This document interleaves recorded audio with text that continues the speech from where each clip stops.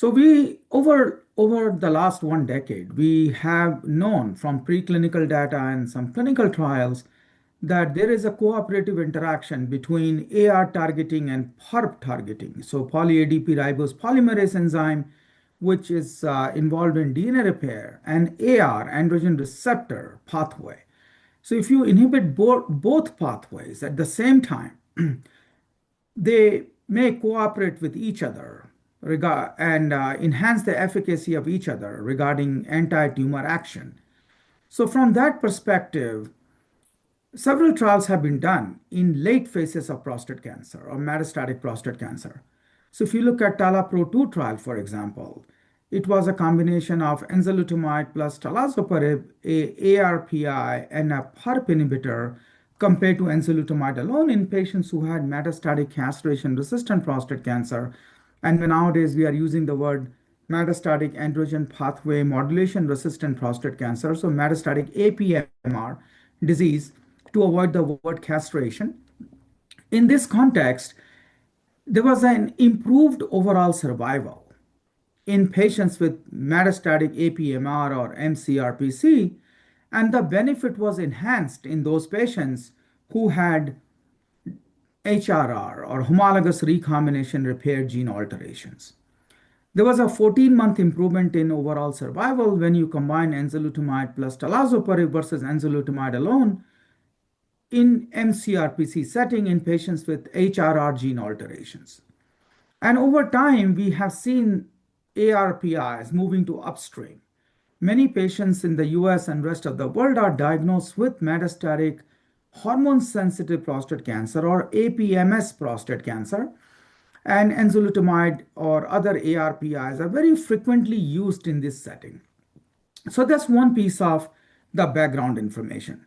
Second, we also reported in the BRCA trial that combining these treatments may be more effective than sequencing these treatments. So ARPI followed by PARP inhibitor may not give you same kind of benefit as combining them upfront. So if you just look at the preclinical rationale, the background from mCRPC setting, it provided the rationale for using this combination in the metastatic hormone-sensitive prostate cancer setting. So in this clinical trial, in the TALAPRO-3 clinical trial, patients who had newly diagnosed metastatic prostate cancer, mHSPC, CSPC, or APMS now, with HRR gene alterations, and they were prospectively assessed, central testing, so very rigorously tested. And these patients were included in this trial, a total of 599 patients, so almost 600 patients, were randomized to ADT plus enzalutamide plus talazoparib versus ADT plus enzalutamide plus placebo. Blinded trial, rigorously done trial. Radiographic progression-free survival was the primary endpoint. A key secondary endpoint was overall survival. It was alpha protected, meaning the trial had the power to detect overall survival if RPFS was positive. So it was a hierarchical testing. So if RPFS is positive, then we would look for OS, which is the case now. There are multiple other secondary endpoints, such as time to PSA progression, time to subsequent anti-neoplastic therapy, such as chemotherapy, and quality of life, and several others. So randomization was 1-to-1, and it was stratified by presence of de novo metastatic disease versus relapse metastatic disease. We also included high volume versus low volume disease, and we also had a stratification factor of looking at BRCA mutation versus non-BRCA HRR gene alterations to make it more rigorous. So let's look at the primary results first. If you look at RPFS, it was significantly improved in the combination arm of enzalutamide plus talazoparib versus enzalutamide plus placebo.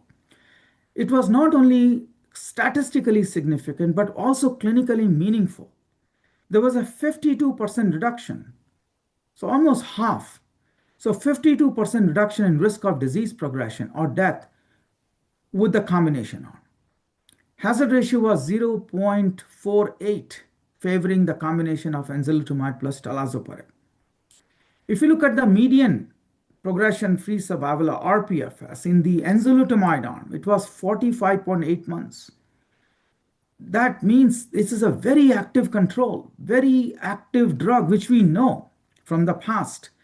But to build up on that active control with a risk reduction of RPFS, progression or death, by 50% is really remarkable.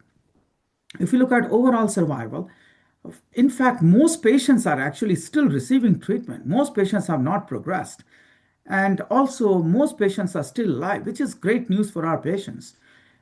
In patients who are so overall survival data are immature right now.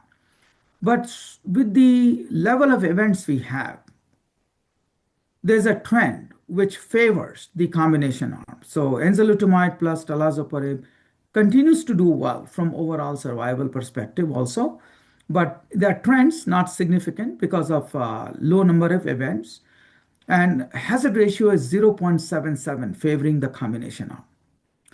If you look at other clinically meaningful secondary endpoints, such as time to PSA progression, which is very meaningful to our patients, and time to subsequent anti-neoplastic therapy, including chemotherapy, they also favor the combination arm with a hazard ratio of 0.51. Again, almost 50% reduction in risk of PSA progression or receipt of subsequent therapy, including chemotherapy. As I said, most patients are still receiving the treatment, so still have not progressed. So very small numbers, but the most commonly used next line therapy is docetaxel, which is good news, meaning patients are receiving treatments which are effective. And next most common therapy in the control arm is olaparib, which is PARP inhibitor. Now, next question comes on quality of life. Yes, you are delaying disease progression very significantly, but how it is affecting the quality of life? So we used EORTC QLQ C30. This is a standard validated questionnaire. We looked at global health status, quality of life, physical functioning, role functioning. So there was no clinically meaningful difference in patient-reported outcomes between the talazoparib plus enzalutamide arm and placebo plus enzalutamide arm, except appetite loss per EORTC QLQ C30. And which is great news, meaning quality of life is preserved while patients are receiving two therapies. And I think this is a quality of life, as we know, is a sum of anti-tumor action and the side effect of the drug.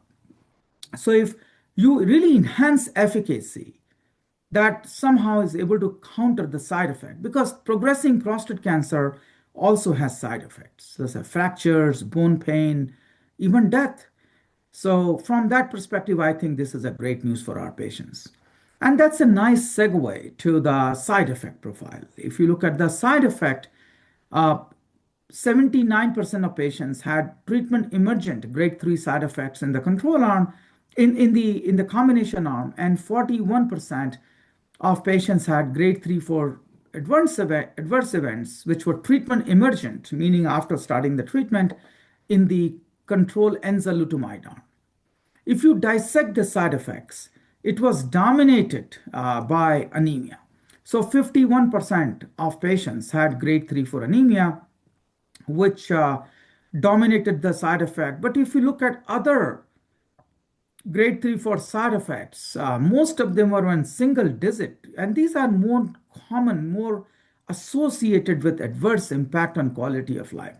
For example, fatigue, grade 3, or GI side effects, nausea, vomiting, gastrointestinal side effects. They were pretty much in single digit, and which is great news. And because anemia is so common, I like to delve deeper into anemia, and I like to elaborate on anemia. I like to point out first that 43% of these patients had grade 1-2 anemia at baseline. And grade 3-4 anemia happens early on this treatment. So median time to onset of grade 3 for anemia is actually 3.2 months. And it's not cumulative. So after 13 weeks, you see the incidence of grade 3 for anemia going down. And protocol mandated dose reduction of talazoparib after the first episode of grade 3 for anemia. And once you reduce the dose, patients seem to tolerate talazoparib well, as evidenced by similar duration of talazoparib therapy in patients who developed grade 3 for anemia versus who did not.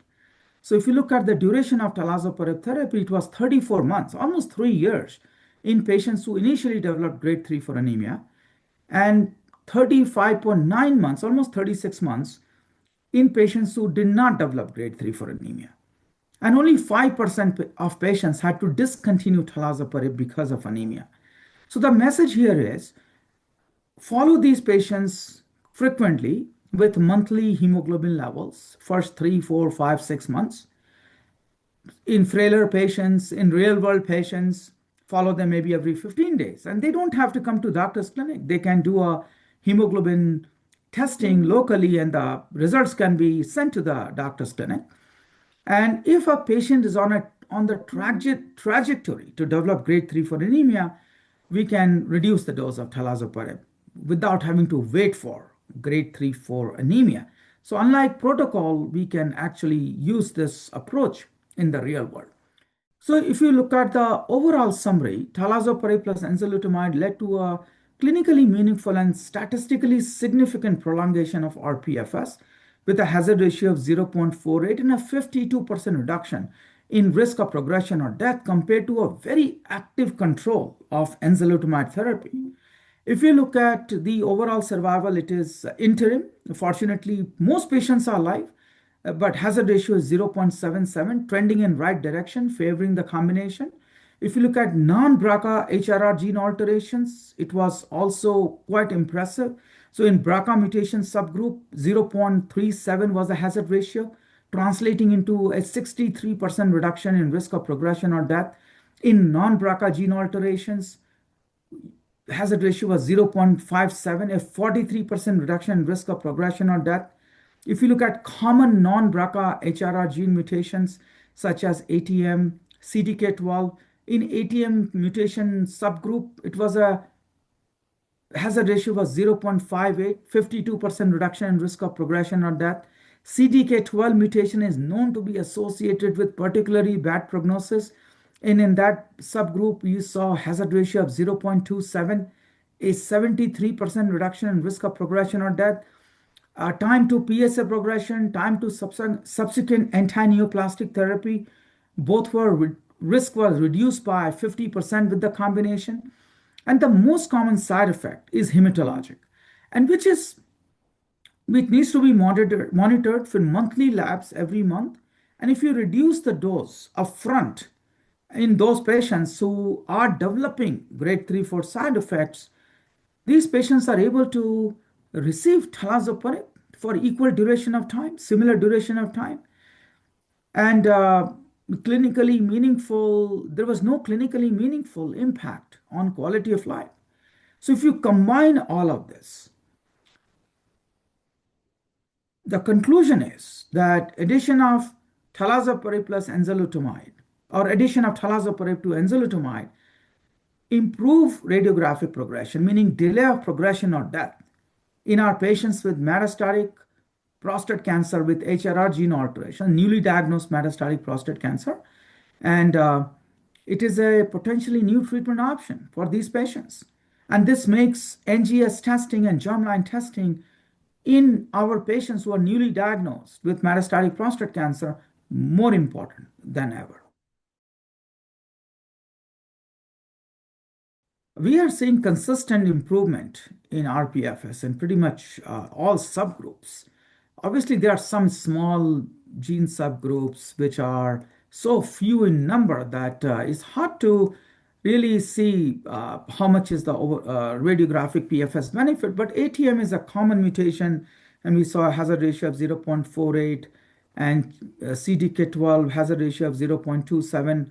If you look at the PALB2 subgroup, there are a very small number of patients, but all 11 patients who are receiving the combination therapy have not progressed. So ultimately, this MHSPC or MAPMS remains a lethal disease. Unfortunately, patients will eventually progress, and key would be to find the mechanism of resistance, why these highly effective combinations are eventually failing our patients, how to mitigate side effects. For example, should we be checking vitamin B12, folate, iron levels in all patients who are starting PARP inhibitors? And how do we sequence therapies after patients are failed by this treatment? So those are the questions which we'll be answering down the line.